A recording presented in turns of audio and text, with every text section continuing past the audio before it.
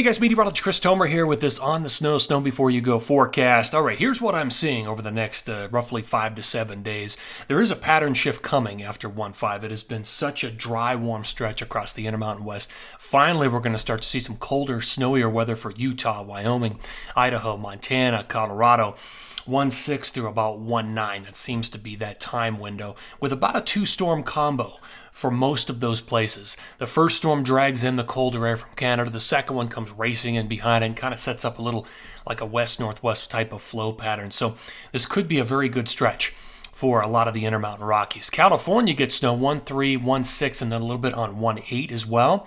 And the Northeast might benefit from this. If all the pieces fall into place, you could have heavy snow on 1-7 and also some snow on 1-9, depending on the track of those low pressures, because what happens is the storms will come out of the west fairly strong with cold air, and then they'll move up into the Northeast. All right, let me show you my odds of best snow spider chart next 5 to 7 days.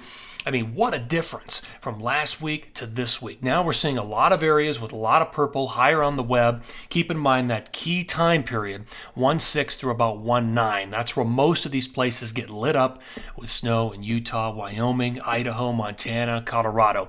That's where they're higher on the web. The Sierra will also get snow. Pacific Northwest, Banff, BC, everybody gets their shot of snow with this pattern change. So once we get into that key time frame, it's going to be hard to miss as far as finding good snow, I think, with colder air and more widespread snow production.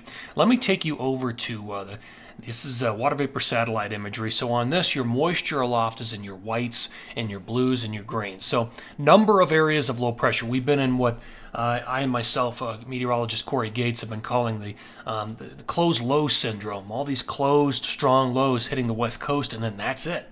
They just don't do anything else. Well, there's one right here. There's another one behind it, and then there's a large area of low pressure coming out of the Gulf of Alaska. This one goes south. This one goes south. This one has more of an impact.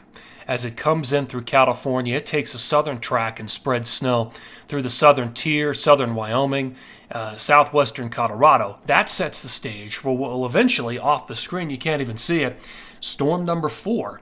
That number 4 storm is the pattern changer that comes in 1-6 to 1-9. Here's the forecast radar and satellite. So by the time we get into Monday morning, this is the situation. Not a lot happening across the lower 48.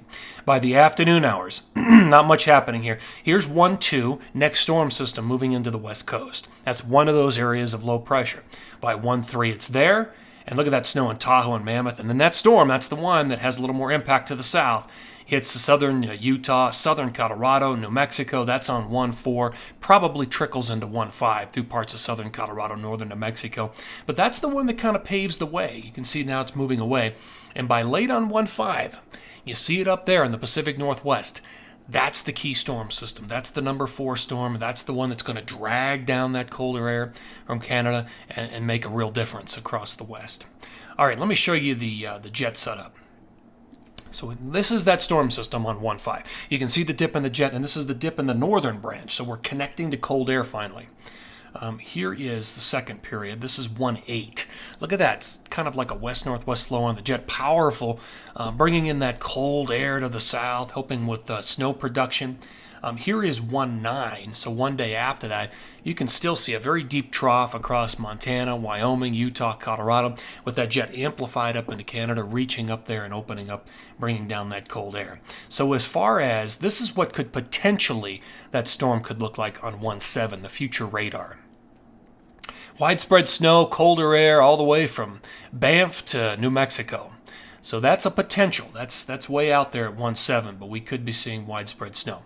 All right, as far as snow numbers, so this is 1-1 through 1-9. And keep in mind, the bulk of what you see here falls 1-6 through 1-9, especially across the interior. But this is very exciting to see this after what's been probably 2-week vacation across the Intermountain West with barely anything, warm weather, just a deterioration, really, a faceting of the snowpack. And so you can see what's happening here. The big numbers, 1 to 2 feet potential for the Tetons, 1 to 2, maybe more for the Wasatch if we get that that one storm that comes in behind it, 1.8 and 1.9, it sets up a little more of a west-northwest flow. That's way out there. We'll see in Colorado, obviously big numbers, western slopes, southwest Colorado. California, most of that happens again after 1.5.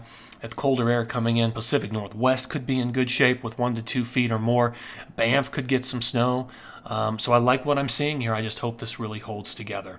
Now in the Northeast, I'm taking somewhat of a very optimistic approach here to the forecast in the Northeast. I'm assuming that we're going to get good storm track, the proper storm track, enough cold air, that these lows, once they depart essentially Colorado in the west, that they move up into the Northeast and develop. They develop and take an optimal track. This would be what we call the extreme case, or best case scenario. If everything plays out to perfection, this is what you would get, 1 to 2 feet in the Northeast. Again, there were probably 2 shots of snow for the Northeast. I think one around 1.7 and another one late in the period. But again, best case scenario, we get these numbers, assuming perfection. All right, guys, that's appreciate it. Always appreciate you tuning in here for these updates. This was the On the Snow Before You Go forecast, and take care.